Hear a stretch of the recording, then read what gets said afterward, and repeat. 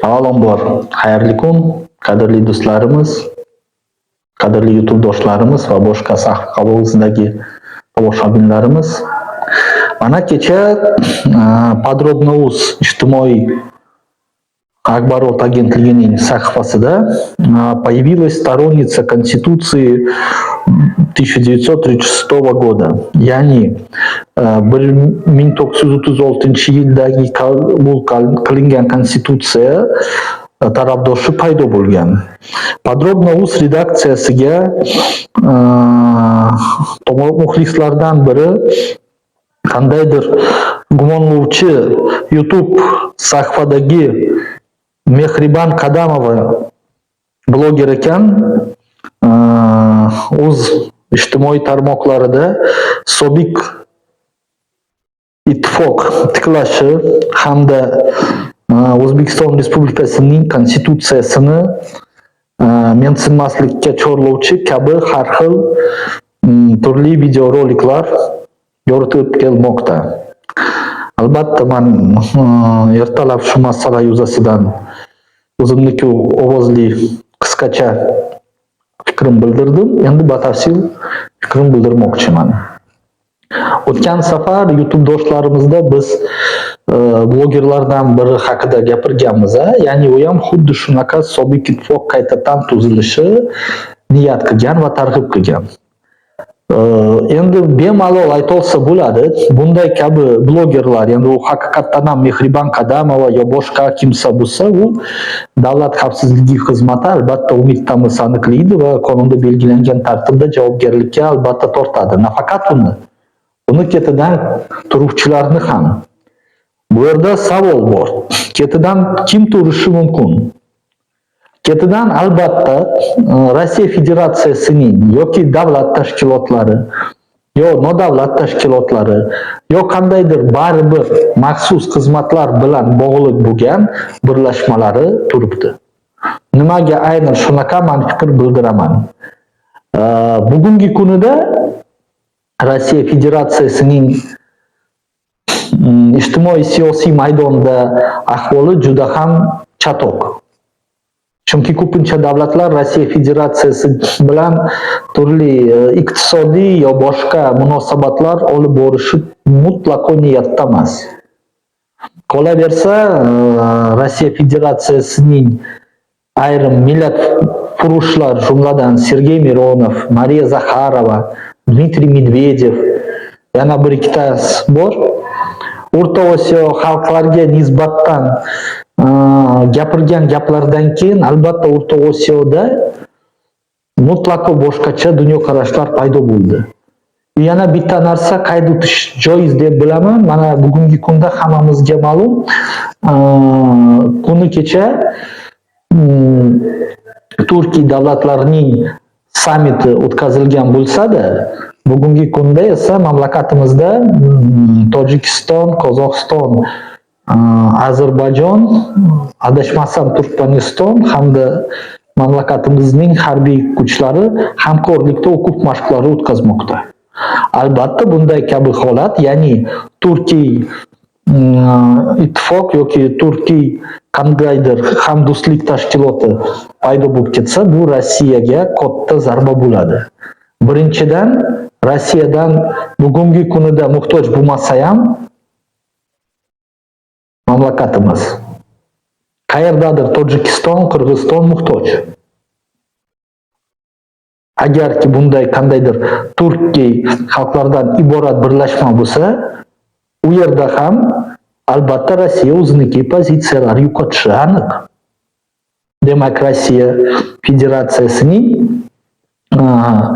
o'ziniki mahsulotlari yo qandaydir o'ziniki shartlari bu davlatlarga qo'ya olmaydi. Bitta o'zi bu dunyoda qolib, mayli Belarusiyani inobatga olmasa, chunki Belarusiyada ham o'ziga yarasha manfaatlari bor, ya'ni Rossiya Federatsiyasining bozori. Aynan ko'pincha qishloq mahsulotlari Rossiya Federatsiyasida sotilmoqda. Xitoyda endi ma'lum qanaqa manfaatlar. Xitoyda manfaatlar faqat arzon o'rmon mahsulotlari, jumladan daraxtlar gaz ishlab chiqarish uchun va yerlar. Ham sir emas hech kimga. Rossiya bunday vaziyatda bitta o'zi qolishi juda ham qo'rqib o'tiribdi. Bu hech kimga sir ham emas, bu aniq. Oxirgi paytida mana Ozarbayjon, Turkiya bir-biri bilan yaqinlashayotganini ham Rossiya Federatsiyasining ko'zlariga juda ham yomon ko'rinibdi. Chunki Turkiy millatlarni qadimdan urf-odatlar, qolaversa din va boshqa narsalar birlashtirmoqda. Albatta, bunday kabi kuch Rossiya Federatsiyasi uchun juda muammoga aylanadi. Nimaga uchun? Birinchidan, o'ziniki siyosatini o'tkaza olmaydi. Chunki sal nima desam bo'ladi? Rivojlanmagan davlat Tojikiston va Qirg'izistonga o'xshab o'sha Rossiyaning ta'sirida bo'lmaydi. Boshqa davlatlar albatta yordamga keladi zarur bo'lsa.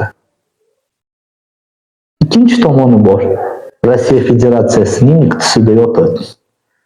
Sanksiyalar qo'llagandan keyin mahsulotlari ko'pincha Afrika davlatlariga, Janubiy Amerikaning davlatlariga, Shimoliy Koreya davlatlariga va imkon boricha O'rta Osiyoga sotishi harakat qilmoqda.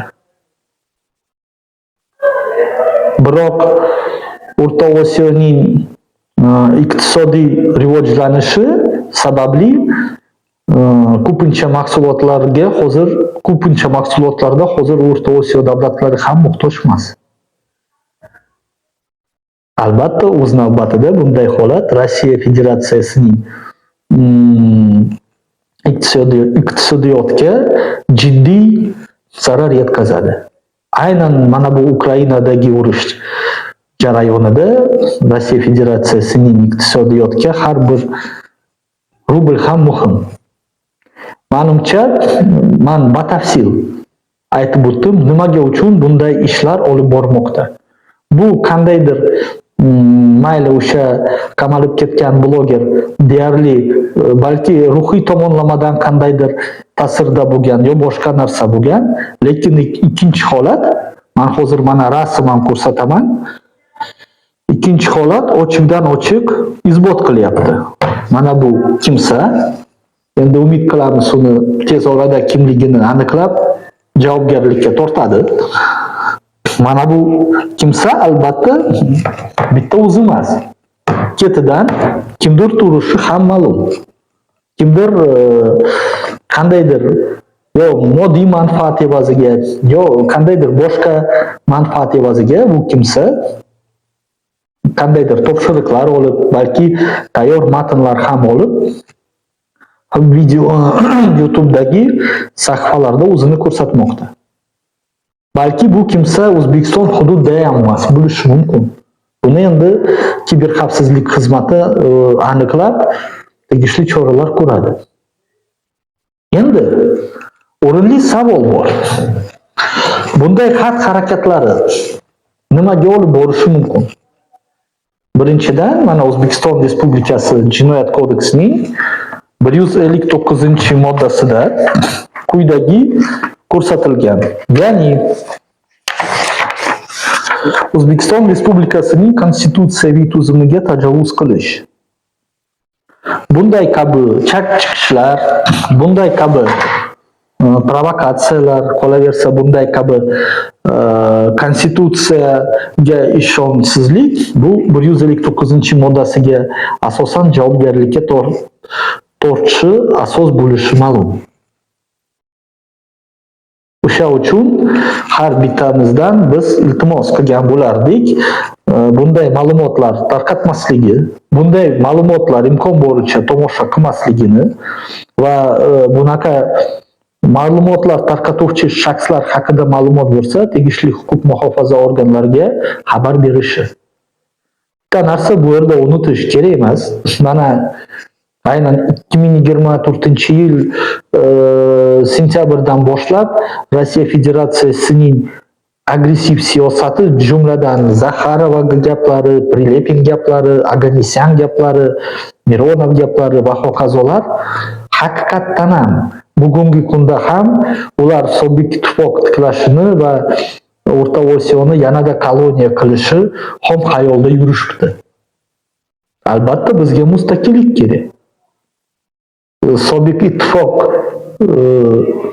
jarayon paytida qanday yashagan, hozir qaydan yashaymiz?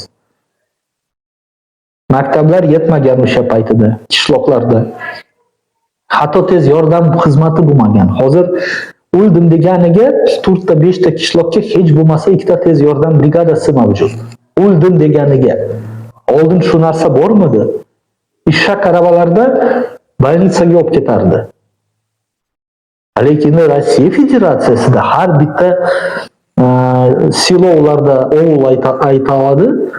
Har bitta ovulda zamonga mos keladigan poliklinika bo'lgan. Qolaversa Chernobil atomli stansiya portlaganda ko'pincha likvidatorlar, ya'ni o'sha avariyani bartaraf etishga ko'pincha O'rta Osiyoliklarni safarbar etgan. Rossiyadan faqat mutaxassislari safarbar qilgan. Qayd etish joiz, bular himoyalangan bo'lib, maxsus bunkerlarda o'tirib ishni boshqargan. Yana bitta narsa.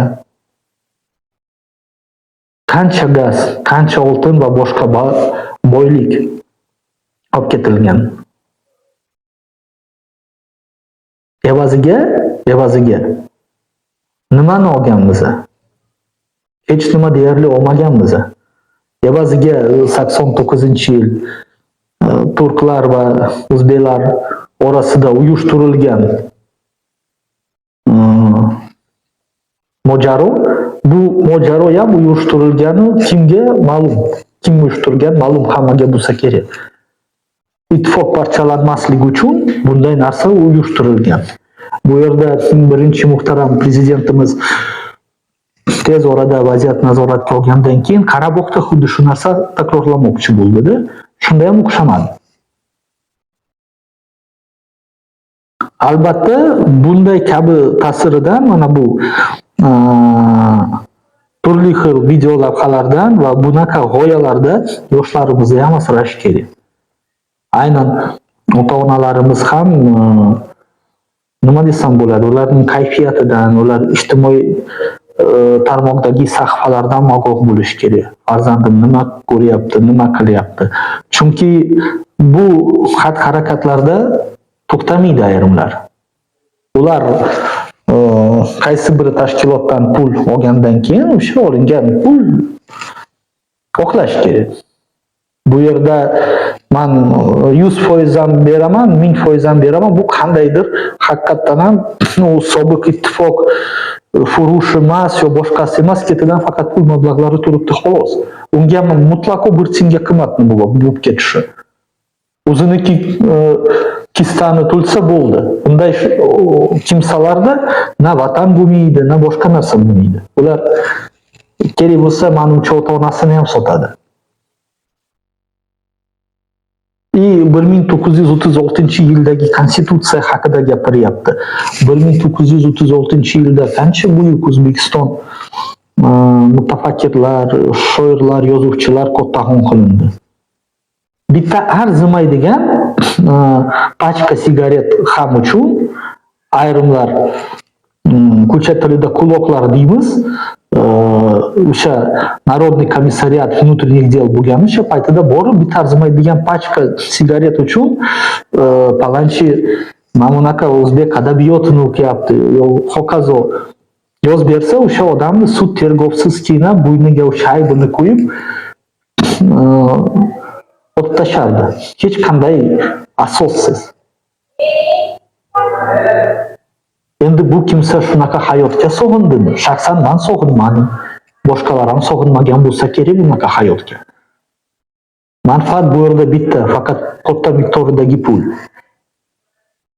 Men umid qilaman, to, что bizlariki nafaqat O'zbekiston, butun O'rta Osiyolar davlatlarda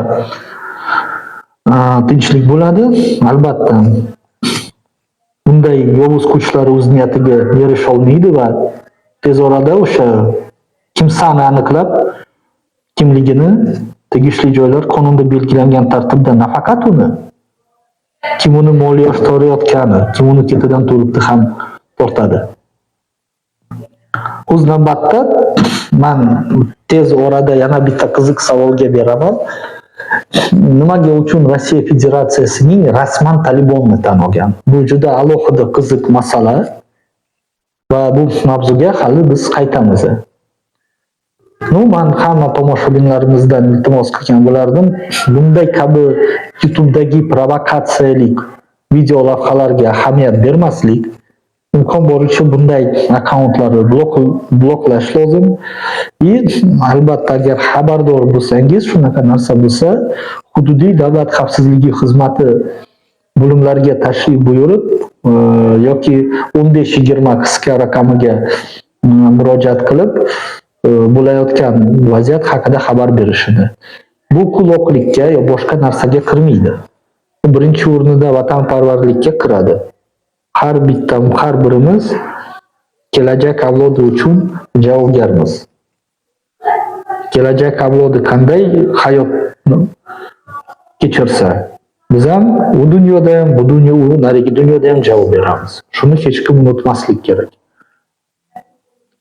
Kim qaysi millatiga bo'lsa ham, mansub bo'lsa ham, baribir shu O'zbekistonda yashaydi, o'zbek nonini yeydi,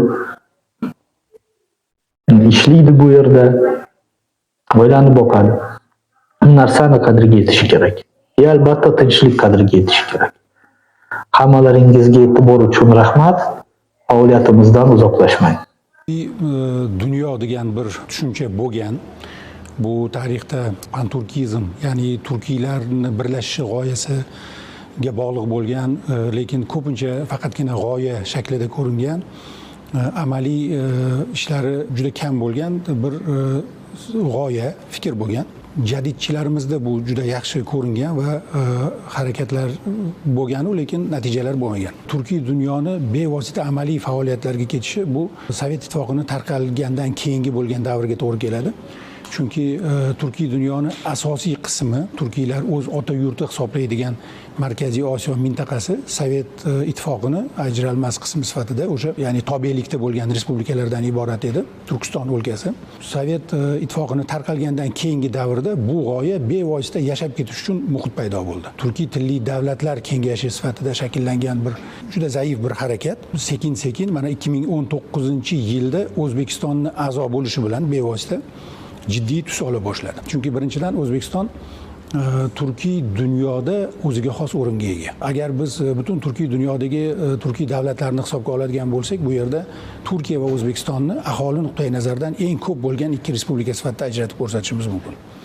Bundan tashqari O'zbekiston turkiylarni qadimgi tarixidan boshlab ma'naviy ustuni hisoblangan e'tiqodni shakllanishi, islom dunyosi, islomgacha bo'lgan davr, bularni barchasidagi Turkiy dunyo uchun vatan hisoblanadigan bir geografik joyda joylashgan va ramziy nuqtai nazardan ham, tarixiy nuqtai nazardan ham, siyosiy nuqtai nazardan ham muhim nuqta hisoblanadigan O'zbekiston bu tashkilotni a'zosi emas edi. Ya'ni kuzatuvchi maqomida bo'lgan davlat edi.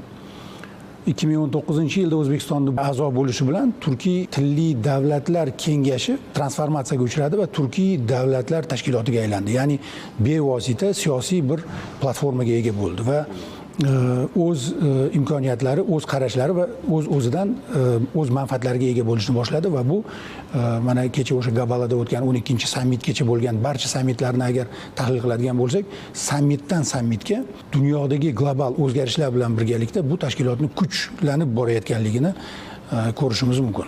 Aytib o'tganimizdek 6-7 oktyabrda ushbu tashkilotning navbatdagi sammiti bo'lib o'tdi. Davlatimiz rahbari tomonidan ushbu sammitda yig'ilishda ilgari surilgan tashabbuslar, prezidentimizning bildirgan nuqtai nazariga munosabatingiz? Prezident Mirziyoyev ishtirok etgan har qanday tashkilotlarning majlisida doimo an'anaviy holatda iqtisodiy hamkorlik, o'zaro manfaatli hamkorliklar asosida rivojlantirishni taklif etadi. Bu safar ham aynan shu Turkiy davlatlar tashkilotida, masalan, prezidentimizni ma'ruzalarida agar tahlil qiladigan bo'lsak, bir fikr ketadi. Turkiy davlatlar tashkilotini biz rivojlantirish uchun albatta ramziy, tarixiy masalalarga e'tibor berishimiz kerak. Lekin biz agar Turkiy davlatlar tashkilotini kuchli tashkilot bo'lishini xohlasak, dunyodagi o'sha global silkinishlarda o'z manfaatini himoya qila oladigan kuchga aylanishini xohlasak, biz albatta birinchi o'rinda buni iqtisodiy taraqqiyotiga erishishimiz kerak degan ma'noda bir fikr bildirib o'tildi ma'ruzada. Mamlakatlarimiz o'rtasida savdo-iqtisodiy aloqalarni rivojlantirish va sanoat kooperatsiyasini chuqurlashtirishni asosiy yo'nalish sifatida ko'ramiz. Yaqin kelajakda tashkilotimiz doirasida yangi iqtisodiy imkoniyatlar makonini shakllantirish tarafdorimiz. So'z birinchi navbatda savdo, biznes va o'zaro investitsiyalar uchun eng qulay sharoitlarni, huquqiy baza va infratuzilmani yaratish haqida ketmoqda.